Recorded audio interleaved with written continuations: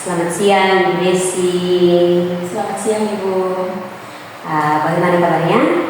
Puji Tuhan, kabarnya baik, Ibu. Oke, syukurlah ya.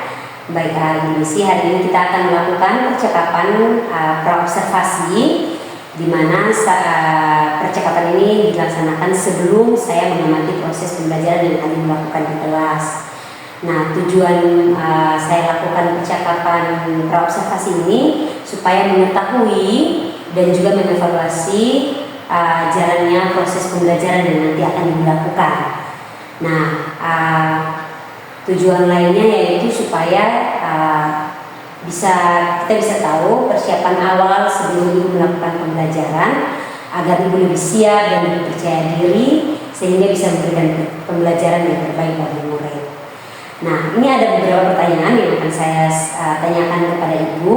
Yang pertama, apa tujuan pembelajaran yang ingin Ibu capai dalam observasi kali ini? Baik, Ibu, berdasarkan rencana pembelajaran yang saya lakukan, saya mempunyai tujuan pembelajaran yaitu menerapkan berpikir komputasional dalam menyelesaikan persoalan. Oke, baik. Jadi tujuan pembelajaran Ibu menerapkan berpikir komputasional dalam menyelesaikan masalah. Oke, baik. Nah, kalau itu tujuan pembelajaran yang dicapai, kira-kira bagaimana dengan area pengembangan pembelajaran yang ingin diobservasi? Baik, jadi area pengembangan yang ingin dicapai yaitu yang pertama, sistem pembelajarannya lebih ke student center. Nah, kemudian area pengembangan yang lain yaitu aspek pengetahuan dan aspek keterampilan.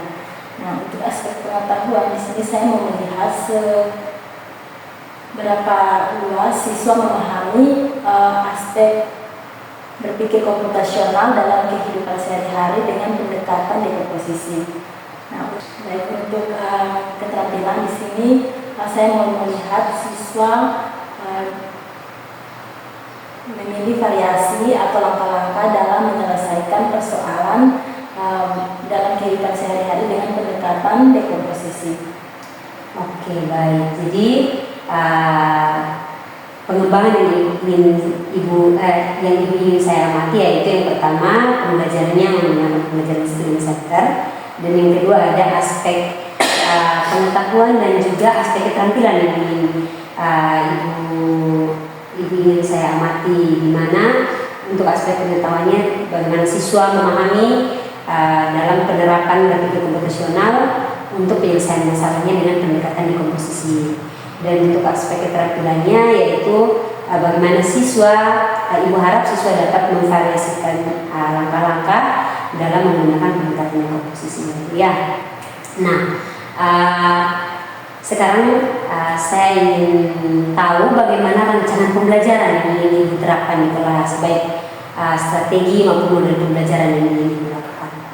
Baik, untuk strategi saya akan menerapkan pembelajaran berdiferensiasi berdasarkan minat, di mana saya akan menyajikan beberapa aktivitas dan siswa akan memilih aktivitas mana yang mau mereka lakukan.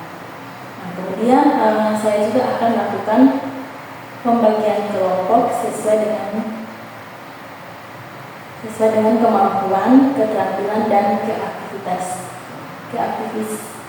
keaktifan siswa. Nah, sedangkan untuk model pembelajaran saya menggunakan model PDL dan yang terakhir metode yang akan saya gunakan yaitu diskusi kelompok, presentasi dan juga kerja. Oke, baik Ibu. Jadi Ibu melakukan pembelajaran berdiferensiasi berdasarkan minat dan juga menggunakan model PDL, di mana metode yang digunakan yaitu diskusi, presentasi dan juga tanya jawab ya. Oke, baik. Bagaimana dengan media pembelajaran yang akan digunakan nanti di kelas? Baik, untuk media yang akan saya gunakan yaitu media gambar, ada LKPD, PowerPoint dan juga laptop. Oke. Kira-kira kapan Ibu melaksanakan melaksanakan kegiatan pembelajaran tersebut? Saya akan melakukan kegiatan pembelajaran di besok, di hari Sabtu, pada jam pertama dari jam 7.30 sampai 9.30.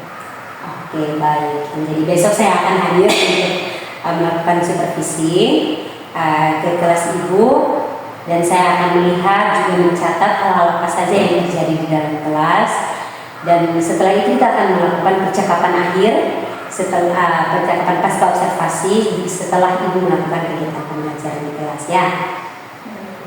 Oke, nah sebelum kita akhiri, kira-kira hal-hal apa saja yang Ibu dapatkan dari percakapan kita hari ini? Baik, dari percakapan kita tadi saya mendapatkan gambaran mengenai persiapan-persiapan yang memang harus saya lakukan sebelum kegiatan pembelajaran, seperti menyiapkan media ajar, metode, model-model serta strategi pembelajaran agar saya lebih mudah untuk menyampaikan pembelajaran di kelas. Oke, baik. Saya ucapkan terima kasih untuk kesediaannya dan kerjasamanya Ibu yang sudah melakukan percakapan hari ini. Sampai bertemu di kegiatan observasi kelas besok ya Ibu ya. Ya, Ibu, sama-sama.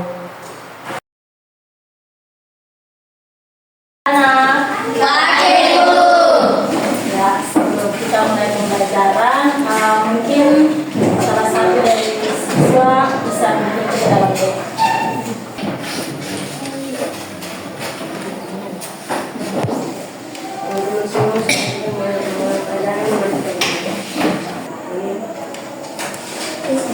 Terima kasih untuk Tio.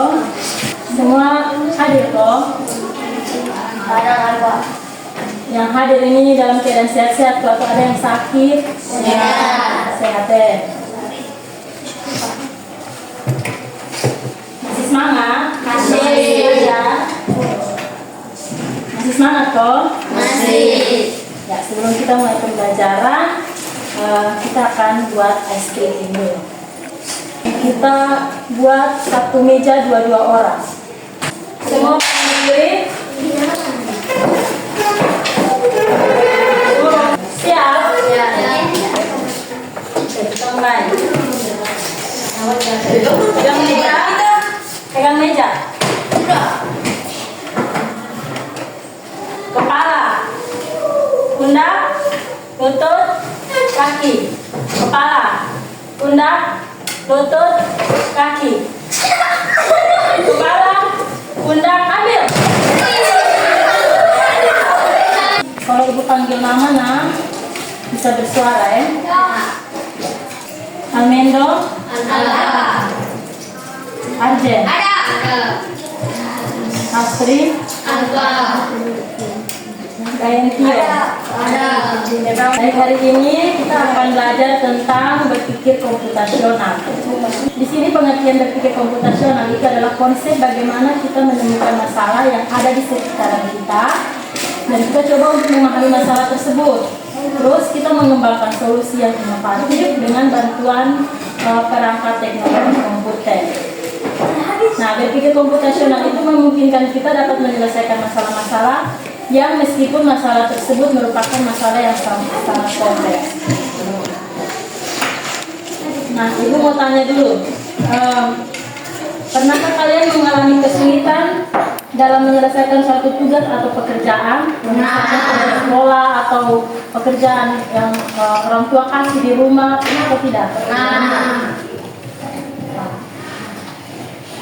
Bagaimana cara kalian menyelesaikan tugas dari sekolah? Misalnya ada PR di sekolah. Ya, bagaimana kalian cara untuk menyelesaikan tugas atau PR yang diberikan oleh Bapak dan Ibu guru? Berpikir langkah-langkah apa yang kalian buat? Ya, berpikir. Maksudnya berpikir itu kalian dengan kalian berpikir mungkin kalian dengan langkah apa itu baru kalian bisa menyelesaikan masalah tersebut.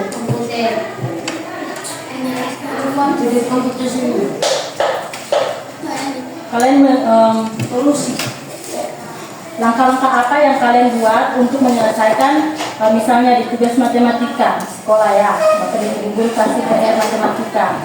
Ya, pulang kalian harus kerjakan itu PR matematika. Nah, langkah-langkah apa yang kalian lakukan? Mungkin kalian baca dulu, baca kembali materinya. Ya, setelah kalian paham materinya, kalian lihat dia contoh soal. Ya, setelah kalian sudah paham dia punya contoh soal, ya kalian mulai kerjakan. Tapi kalau kalian mengalami kesulitan, kalian mungkin cari jalan lain lagi. Ya, mungkin dengan mencarinya di internet. Ya, menggunakan perangkat komputer. Kalian mulai searching di Google, nonton dia punya cara pengerjaannya. Yang mulai dari langkah-langkahnya, cara untuk menyelesaikan soal matematika. Nah, pertanyaan yang kedua, bagaimana cara kalian biasanya mengatasi masalah yang kompleks? Nah, apa yang kalian pikirkan ketika kalian mendengar kata memecahkan masalah? Mungkin dari kalian ketika mendengarkan kata memecahkan masalah itu, apa yang ada di pikiran kalian? Cara memecahkan masalah itu caranya seperti apa? Mendengarkan kata memecahkan masalah, apa yang muncul di pikiran kalian?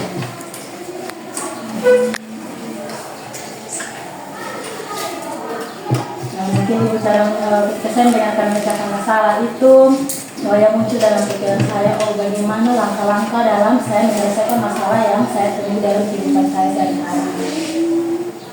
Contohnya ketika saya mau membuat, misalnya saya mau membuat kue, ya, langkah-langkah apa yang harus saya buat? Mungkin yang pertama saya harus menyiapkan bahan, membeli bahan dulu, menyiapkan bahannya, memproses. Ya, dengan saya pertama membeli bahan-bahan apa-apa saja yang mau saya beli. Ya, terus yang di bagian proses itu bahan-bahan apa saja yang akan saya campur. Saya campur apa duluan, habis itu apa, terus di bagian masak, di bagian dia punya proses sampai ke akhir. Saya harus setelah saya sudah campur semua bahan, saya masak, saya panggang atau saya bakar di kue. Gitu ya.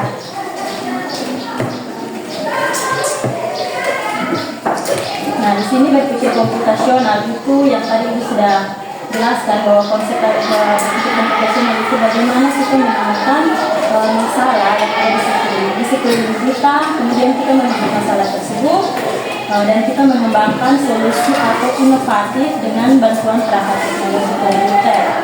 Ya. Nah, berpikir komputasional itu juga membantu kita menyelesaikan masalah yang secara kompleks, masalah yang sangat kompleks. Nah, berpikir komputasional mempunyai 4 teknik pendekatan atau 4 kunci pendekatan. Yang pertama itu ada dekomposisi, yang kedua pengenalan pola, yang ketiga abstraksi, dan yang terakhir itu algoritmik. Nah, hari ini yang kita belajar adalah berpikir komputasional dalam menyelesaikan masalah dengan pendekatan dekomposisi.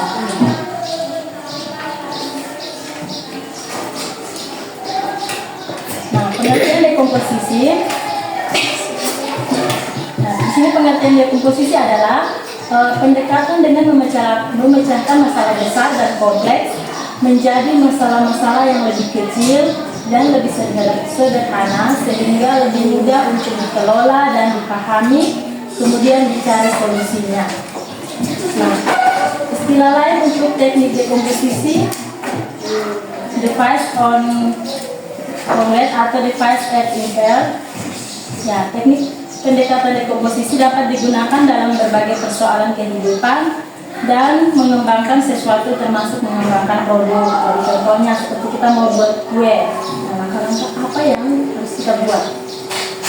Ya, yang tadi itu sudah jelaskan. Berarti harus ada langkah-langkah yang kita buat. Tidak mungkin kita membuat kue langsung tiba-tiba dia jadi. Harus ada langkah-langkah yang harus kita ikuti baru bisa menghasilkan satu produk atau menghasilkan misalnya kita membuat kue gitu kan. Nah, pendekatan dekomposisi memberikan kemudahan dalam melakukan inovasi ketika mengembangkan solusi atau produk. Nah, kita dapat melakukan atau menambahkan perubahan-perubahan yang memberikan hasil yang lebih baik dalam penyelesaian permasalahan atau pengembangan produk.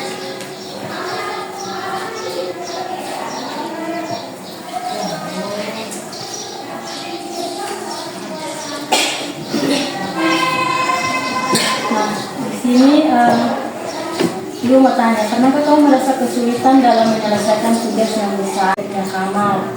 Terus dia mulai memilih barang yang menjadi beberapa kelompok, sepertinya pakaian kotor, misalnya dia taruh pakaian kotor di sudut sini, atau buku yang ada berserakan di atas meja, dek mainan ada berserakan di lantai, dia mulai pilih satu-satu. Nah, kemudian Kemudian dia membersihkan setiap kelompok barang. Jadi misalnya dia meletakkan kembali lagi, dia mulai kasih bersih itu dia punya buku-buku yang ada berserakan, mungkin ada buku, atau dia punya pakaian-pakaian kotor itu dia mulai angkat bibit taruh di kamar mandi.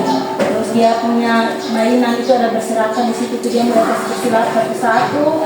Itu dia sapu dia punya kamar dan dia kasih kembali lagi, itu dia punya barang-barang ke tempat masing-masing. Dia buku taruh di atas meja, mungkin dia punya mainan-mainan yang dibilas, dia mulai taruh di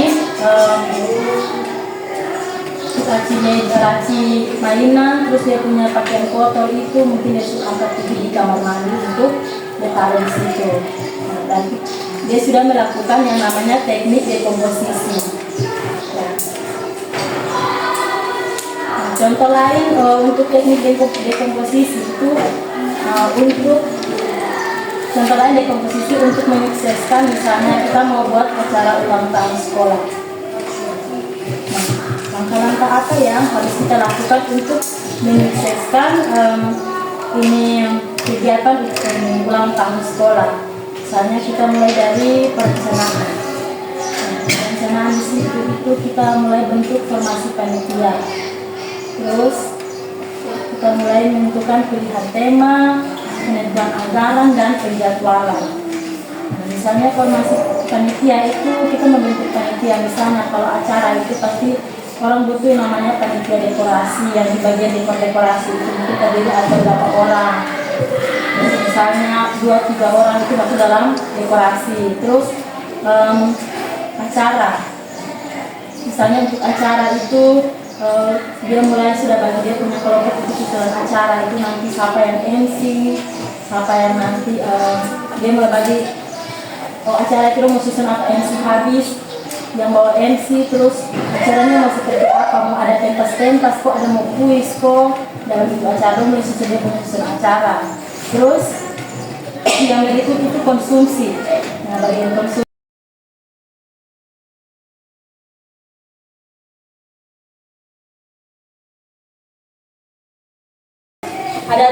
ada tiga masalah yang ibu sajikan. Yang pertama itu yang membuat resep makanan sederhana. Yang kedua merangkai parsel. Dan yang ketiga itu membuat foto dari bahan botol dan ban. Ya. Yang kedua, diskusikan dalam kelompok dan identifikasi langkah-langkah apa saja yang diperlukan untuk menyelesaikan masalah tersebut. Ada dia punya target itu, ada langkah-langkah dan dia punya penjelasan singkat. Yang ketiga, buatlah diagram alur dan identifikasi langkah-langkah apa saja. Buatlah diagram alur atau bagan sederhana untuk menggambarkan proses pemecahan masalah. Kalau menggunakan gambar atau kata-kata untuk menjelaskan setiap langkah. Dan yang terakhir itu, silakan masing-masing kelompok presentasikan hasil diskusi kelompokmu di depan kelas. Jelaskan secara rinci bagaimana kelompokmu memecahkan masalah dan mengapa kalian memilih penambah tersebut. Jadi di bagian setelah dia punya soal di atas itu ada tabel. Tabelnya yang pertama itu ada langkah-langkah, dan setelah kalian buat langkah-langkahnya, kalian bisa jelaskan secara singkat di bagian kolom yang kedua. Untuk diagram alur,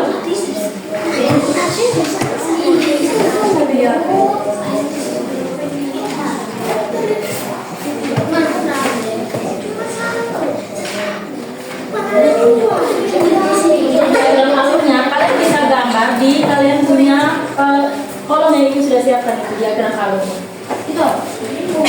Diagram alurnya seperti ini.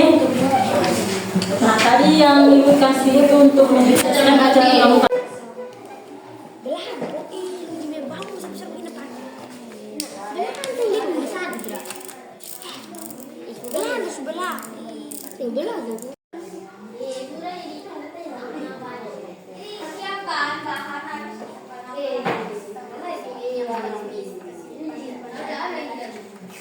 Terima kasih atas kesempatan yang diberikan. Kami akan membacakan hasil kerja kelompok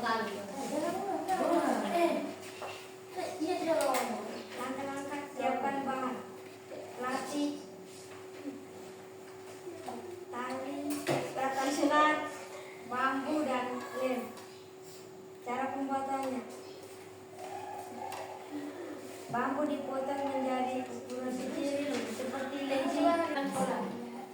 Dengan saya mengenal pola-pola dari setiap potongan pasir yang dapat merangkak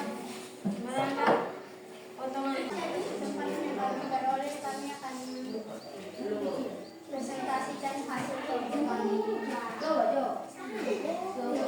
Siapkan ikan dan potong dengan rasa. Ikan tersebut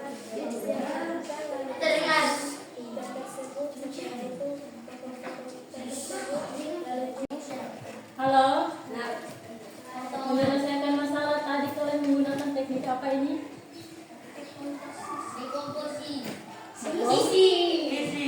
Dekomposisi. Menyebutkan setiap masalah menjadi masalah dari yang besar menjadi masalah-masalah yang lebih kecil untuk mencari solusi dan menyelesaikan menjawab permasalahan dari masalah yang tadi kalian temukan dalam kehidupan sehari-hari.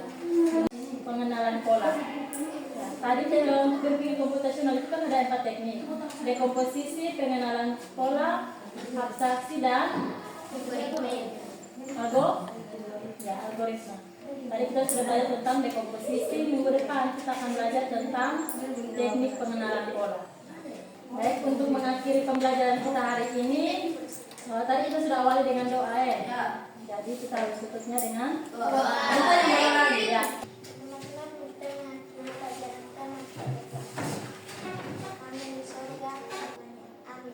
Sabarnya teman-teman semua untuk hari Senin itu. Oh ya, ini kita libur. Tanggal merah, jadi hari Selasa baru kita masuk dan kalian P5 sampai 9. Sekian dan terima kasih. Selamat siang semuanya.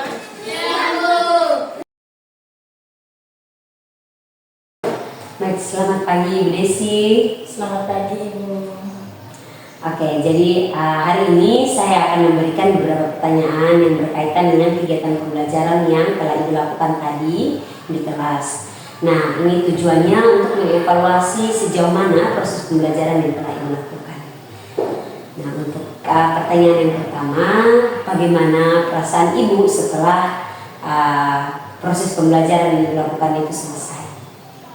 Baik Ibu, perasaan saya ya walaupun merasa sedikit tegang, tetapi prosesnya bisa berjalan dengan lancar. Oke, baik. Apakah sampai sekarang masih merasa tegang? Sudah tidak lagi. Oke, baik. Ya, walaupun tadi sempat merasa tegang, tapi bersyukurnya proses pembelajaran dapat berjalan dengan baik ya Ibu ya, ada berjalan dengan lancar. Baik Ibu, boleh Ibu ceritakan kembali tentang area pengembangan apa yang dilakukan di dalam kelas dan juga langkah-langkah atau tahapan pembelajaran apa yang dilakukan di dalam kelas? Baik, saya pikir untuk tahapan saya membuat perangkat pembelajaran. Kemudian untuk area pengembangan, yang pertama yaitu sistem pembelajaran yang saya lakukan lebih ke student center daripada teacher center. Untuk yang kedua, saya menggunakan 2 aspek, yaitu aspek pengembangan, aspek pengetahuan dan aspek keterampilan. Nah, untuk area pengembangan, aspek pengetahuan yaitu saya mau melihat sejauh mana pemahaman siswa tentang konsep berpikir komputasional dengan pendekatan dekomposisi. Oke, baik. Jadi tadi area pengembangannya itu lebih ke pembelajaran yang student center, dan juga area pengembangan yang kedua itu ada 2 aspek yang Ibu ingin amati, yaitu aspek keterampilan dan juga aspek pengetahuannya ya. Nah, saya mau bertanya, kira-kira sudah sejauh mana area pengembangan yang dilakukan tadi? Apakah Ibu rasa ini sudah berhasil dilakukan di dalam kelas atau belum? Baik, menurut saya aspek pengembangannya berjalan dengan baik, namun masih ada kekurangan yang saya alami ketika melaksanakan proses pembelajaran ini. Oke, baik. Jadi menurut Ibu proses pembelajarannya sudah berjalan dengan baik, aspek pengembangannya juga sudah berjalan dengan baik, tetapi masih ada kekurangan yang ditemui. Nah, menurut Ibu apa saja kekurangan atau kendala-kendala yang Ibu hadapi ketika menjalani proses pembelajaran di dalam kelas? Baik, menurut saya untuk kekurangan atau hambatan yang saya hadapi yaitu saya masih menemukan siswa yang pasif. Saya juga baru melakukan pembelajaran yang dilakukan baru sebatas diferensiasi pada konten dan proses, sehingga perlu belajar lagi tentang diferensiasi produk. Oke, baik. Jadi kekurangan yang bisa Ibu identifikasi tadi yaitu kurang aktifnya siswa di dalam kelas dan juga diferensiasi yang Ibu baru coba terapkan itu diferensiasi konten dan juga proses produknya belum ya. Oke, baik. Kira-kira menurut Ibu mengapa hal itu bisa terjadi? Mungkin siswa belum terbiasa dengan pembelajaran student center sehingga masih mengandalkan teman kelompok lainnya karena terbiasa untuk bekerja secara mandiri. Dan yang kedua, saya juga baru belajar tentang diferensiasi sehingga baru mencoba melakukan dua diferensiasi. Oke, baik. Jadi tadi menurut Ibu siswa itu belum terbiasa dengan model pembelajaran yang sudah student center dan juga Ibu baru mencoba untuk menerapkan diferensiasinya itu baru sebatas konten dan juga prosesnya dia. Oke, baik. Kira-kira apa saja rencana tindak lanjut Ibu ke depannya agar kekurangan ini tidak terjadi lagi? Ya baik, untuk kedepannya saya akan mempelajari lebih lanjut tentang penerapan pembelajaran berdiferensiasi sehingga bisa lebih baik lagi dalam penerapannya. Yang kedua, saya menggunakan strategi belajar yang menyenangkan sehingga bisa memenuhi kebutuhan siswa sehingga mengurangi kepasifan siswa dalam pembelajaran di kelas. Oke, baik.